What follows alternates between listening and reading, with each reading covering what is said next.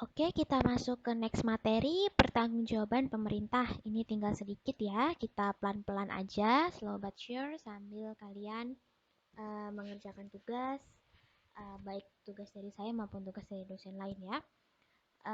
Kemudian ini part 1 dari pertanggungjawaban pemerintah, part 2-nya minggu depan berarti. Oke, kita langsung ke pengertiannya ya. Pengertian dari pertanggungjawaban pemerintah. Pertanggungjawaban sendiri berasal dari kata tanggung jawab yang berarti keadaan wajib menanggung segala sesuatunya. Dalam kamus hukum ada dua istilah yang menunjuk pada pertanggungjawaban, yakni liability, the state of being liable, dan responsibility, the state or fact being responsible. Liability merupakan istilah hukum yang luas, a broad legal term.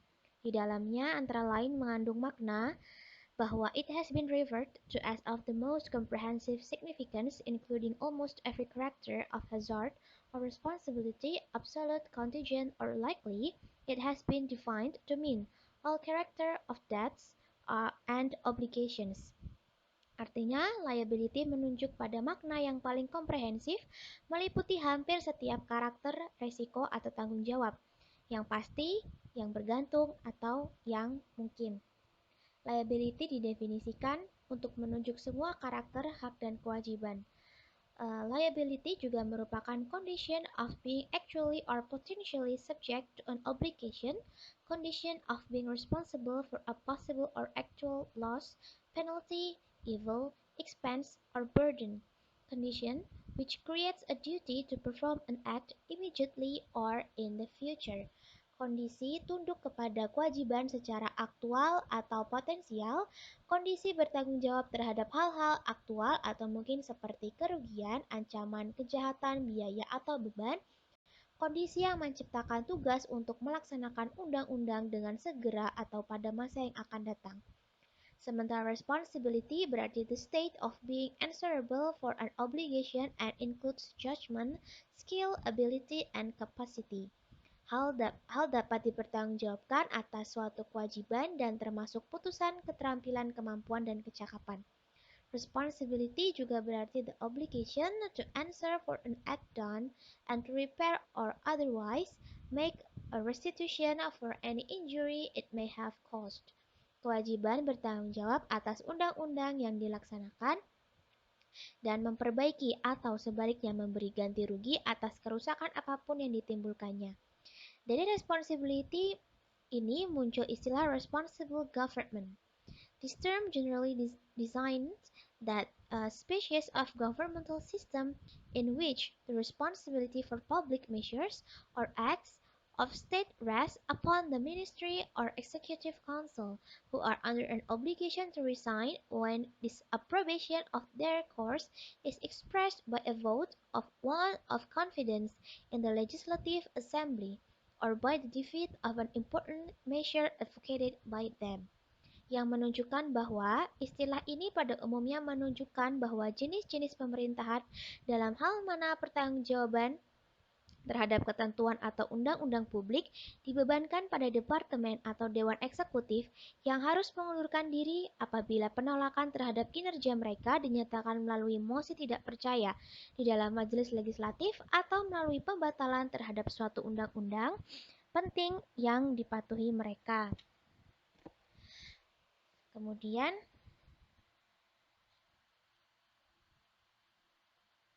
sekadar perbandingan, dalam istilah Belanda juga dikenal dua istilah yaitu aansprakelijk dan verantwoordelijk. Dalam kamus, aansprakelijk itu artinya pertanggungjawaban dapat dituntut ganti rugi oleh karena kerugian yang ditimbulkan. Kemudian yang kedua tadi verantwoordelijk itu kerusakan terhadap barang-barang yang disebabkan karena kesalahan seseorang dapat dituntut ganti rugi. Berdasarkan kamus, kedua istilah ini sinonim. Dalam kamus hukum, aansprakelijk berarti terikat bertanggung jawab menurut hukum atas kesalahan atau akibat perbuatan. Dari pengertian ini muncul istilah pertanggungjawaban berdasarkan undang-undang, yaitu kewajiban mengganti kerugian yang timbul karena perbuatan melanggar hukum. Verantwoordelijk berarti kewajiban untuk memikul tanggung jawab dan kewajiban untuk menanggung kerugian yang muncul jika diperlukan, baik dalam hukum maupun dalam hubungan pemerintahan.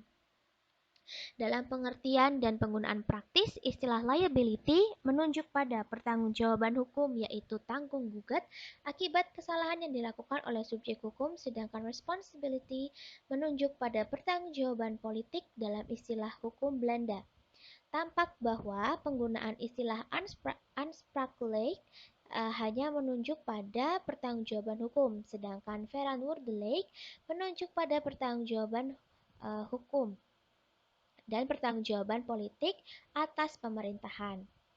Dalam ensiklopedia administrasi, responsibility adalah keharusan seseorang untuk melaksanakan secara layak apa yang telah diwajibkan kepadanya. Pertanggungjawaban mengandung makna meskipun seseorang mempunyai kebebasan dalam melaksanakan sesuatu, itu tugas ya yang dibebaskan kepadanya, namun ia tidak dapat membebaskan diri dari hasil atau akibat kebebasan perbuatannya. Ia dapat dituntut untuk melaksanakan secara layak apa yang diwajibkan kepadanya.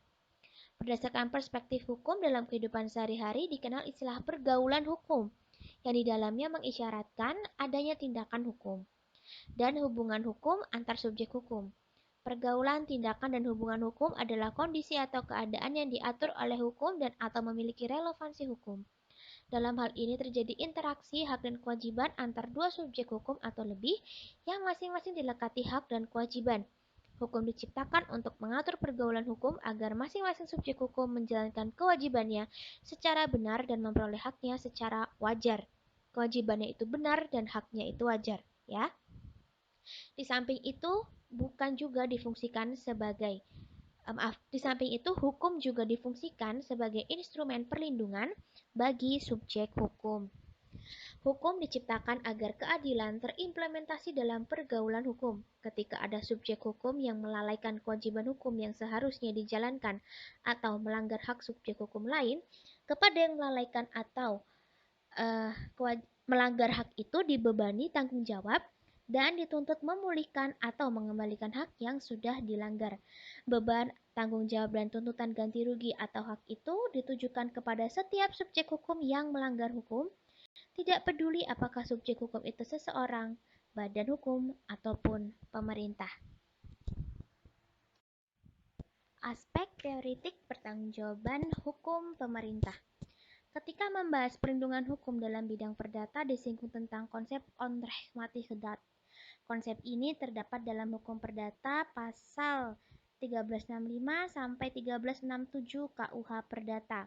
Dalam perspektif ilmu hukum, prinsip bahwa setiap tindakan onrechtmatig subjek hukum yang menimbulkan kerugian banyak pihak mengharuskan adanya pertanggungjawaban bagi subjek hukum yang bersangkutan merupakan prinsip yang telah diakui dan diterima secara umum dalam pergaulan hukum. Implementasi konsep onrechtmatigheid dalam bidang perdata telah diakui dan berjalan tanpa kesulitan yang berarti. Apabila ada keberatan, hanyalah letupan kecil dari segelintir sarjana yang keberatan memasukkan hukum tidak tertulis sebagai salah satu unsur onrechtmatigheid. Onrechtmatigheid menjadi bagian yang paling sulit dalam ilmu hukum pada saat konsep ini diterapkan terhadap pemerintah, apalagi ketika hukum tidak tertulis dimasukkan sebagai salah satu kriteria perbuatan melanggar hukum. Di bawah tema Let's Look the Ontrematic Overrace That, ini cuma judul, maksudnya perkataan bahasa Belanda ya. Intinya itu dalam ini di buku halaman 323. Intinya, para sarjana hukum telah lama membahas dan berdebat panjang terutama menyangkut boleh tidaknya negara atau pemerintah diajukan ke pengadilan dan dituntut pertanggungjawabannya atas tindakan yang dilakukannya. Jika konsep ini dianggap paling sulit, sebenarnya sesuatu yang wajar karena muncul tidak di ruang hampa. Konsep ini berkembang dengan banyak faktor yang mempengaruhi sehingga persoalan boleh tidaknya negara atau pemerintah digugat di pengadilan dan dituntut mempertanggungjawabkan perbuatannya menjadi perbedaan pendapat berkepanjangan. Seiring dengan berjalannya waktu, pada akhirnya mengkerucut pada pendirian bahwa siapapun yang melakukan perbuatan melawan hukum dan menimbulkan kerugian bagi pihak lain harus mempertanggungjawabkan perbuatannya, seseorang, badan hukum, maupun pemerintah. Tidak peduli apakah perbuatan itu di bidang perdata atau publik dan juga tidak soal apakah yang dilanggar itu hukum tertulis atau tidak tertulis. Tentang hal ini dapat dilihat dari perkembangan beberapa contoh jurisprudensi berikut.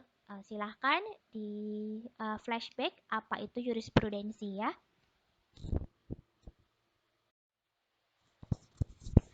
Oke, contoh jurisprudensi yang saya tidak bacakan lagi judulnya ya, saya hanya bacakan kode A sampai J-nya aja. A. Pemerintah Kota Madia yang telah melanggar kewajiban hukum yakni yang membiarkan tonggak di bawah permukaan air di jalan lalu lintas air hingga perahu penggugat yang menabraknya menjadi bocor. Dalam putusan Hokrad HR, Hoge Raat, tulisannya pakai D, Hoge Raat, akhirnya D. 29 Mei 1896. Dalam hal adanya kelalaian untuk menjalankan kewajiban berdasarkan hukum publik, penguasa tidak dapat dimintakan pertanggungjawaban atas ketentuan pasal 1401 BW Burgerlijk Wetboek atau 1365 KUH Perdata. Dalam HR ini berpendirian apabila yang dilanggar oleh penguasa adalah kewajiban hukum di bidang publik, maka tidak dapat dikatakan bahwa penguasa telah melakukan perbuatan melanggar hukum. Dalam perkara tersebut, tidak ada kelalaian Kota Madia dalam melakukan suatu kewajiban dalam bidang hukum perdata, sehingga orang tidak dapat mengadakan tuntutan ganti rugi atas kelalaian yang dilakukan pihak pemerintah Kota Madia tersebut. Juga disebutkan bahwa penguasa hanya dapat dimintakan pertanggungjawaban atas perbuatan yang dilakukannya apabila ia bertindak dalam kedudukannya yang sama dengan orang biasa. B. Wali Kota Reden yang memerintahkan menembak mati seekor sapi yang lepas dari kandangnya dan mengamuk di jalan raya digugat oleh pemiliknya, seorang petani, dalam putusan 21 April 1898 HR. Sifat melanggar hukum perbuatan penguasa hanya dapat dinilai menurut hukum publik dan tidak dapat dinilai menurut hukum perdata. Tidak dapat dikatakan bahwa penguasa telah melanggar hak subjektif orang lain apabila perbuatan penguasa itu dilakukan dalam menjalankan kewajibannya menurut hukum publik. C. Kota Madia digugat Baron von der Borch von Verwolde dalam perbuatannya membuat saluran air tepat di atas balok penyangga fondasi rumahnya. Putusan HR 9 Mei 1902. Sebagai penguasa negara serta organ-organ perlengkapannya dapat juga melakukan perbuatan melanggar hukum dan dapat dimintakan pertanggungjawabannya menurut hukum atas perbuatannya tersebut. Dalam hal ini diterima pendirian bahwa perbuatan penguasa yang melanggar hak subjektif orang lain dianggap perbuatan melanggar hukum. D. 31 Januari 1919. Perbuatan melanggar kaidah susila, kepatutan, ketelitian, atau kehati-hatian terhadap sesama orang dalam pergaulan masyarakat atau terhadap barang orang lain, termasuk perbuatan melawan hukum berdasarkan pasal 1365 KUH Perdata. Kriteria perbuatan melanggar hukum tersebut dalam kenyataannya hanya berlaku bagi orang biasa, sementara untuk perbuatan penguasa tidak dapat diberlakukan sebagaimana tampak pada Stroopot Arrest, STROOPOT Arrest, sama seperti yang lain ya, arrest tulisannya, 1928 yang disebutkan bahwa norma-norma hukum tidak tertulis yaitu kaidah, susila, kepatutan, ketelitian tidak dapat diperlakukan kepada perbuatan penguasa karena larangan untuk melanggar norma-norma kepatutan dalam masyarakat itu hanya berlaku dalam pergaulan antar sesama warga masyarakat. Wah, berarti ini diktator ya. Oke, kemudian ini kasus yang paling terkenal ya dalam ranahan. Kalian boleh browsing. Ini lengkapnya gimana. Yang poin E. Petugas bea cukai tidak mau menandatangani surat-surat dokumen ekspor sehingga Osterman menderita kerugian, barang-barangnya tidak dapat diekspor. Itu keadaannya waktu itu barangnya sampai busuk. Dalam putusan HR 20 November 1924 muncul pertimbangan yang pertama. Pengertian perbuatan melanggar hukum termasuk di dalamnya adalah perbuatan yang merupakan pelanggaran kewajiban hukum si pelaku, juga apabila hukum tertulis tersebut adalah bersifat hukum publik. Kedua, kewajiban membayar ganti rugi hanyalah timbul sebagai akibat dari adanya pelanggaran kewajiban hukum, tidak peduli apakah pelanggaran itu atas ketentuan hukum perdata ataupun hukum publik. F. 5 Mei 1937, Kota Madia digugat karena menempatkan pelampung di perairan yang terbuka untuk umum, yang tidak hanya melanggar hak subjektif orang lain tetapi juga melanggar asas kepatutan. H. Oke, maaf, G. Kecepatan 1 poinnya. Kita masih di G. 20 Desember 1940, penguasa digugat karena telah menjual sapi sitaan di bawah harga yang dianggap melanggar asas kepatutan. H. 9 Januari 1942 disebutkan bahwa Kota Madia digugat karena dalam memperbaiki jalan tidak menjaga keselamatan pemakai jalan dan dianggap telah melanggar asas kepatutan, ketelitian, serta sikap hati-hati. Selanjutnya, Zandvoort ya, yang Zandvoort, 14 Januari 1949. Instansi pemerintah dalam mengosongkan rumah dianggap telah menyalahgunakan kewenangan, yakni melanggar larangan Détournement de pouvoir. Silakan dilihat Détournement de pouvoir apa ya. Sudah pernah dijelaskan. Kemudian yang terakhir 25 Februari 1949. Wali kota digugat karena dalam melaksanakan pengosongan rumah telah melanggar larangan perbuatan sewenang-wenang atau willekeur. Oke, sampai sini. Sampai ketemu minggu depan ya. Minggu depan kita akan selesaikan ini dulu sedikit, lalu kita masuk ke pergeseran konsep kedaulatan negara menjadi kedaulatan hukum serta ajaran, kemudian mungkin sampai ke, sebentar saya lihat dulu ya, sampai ke sini, sampai ke halaman 331, yaitu poin C mengenai perluasan makna hukum dari sekedar hukum tertulis. Oke, sampai bertemu di PowerPoint bersuara berikutnya.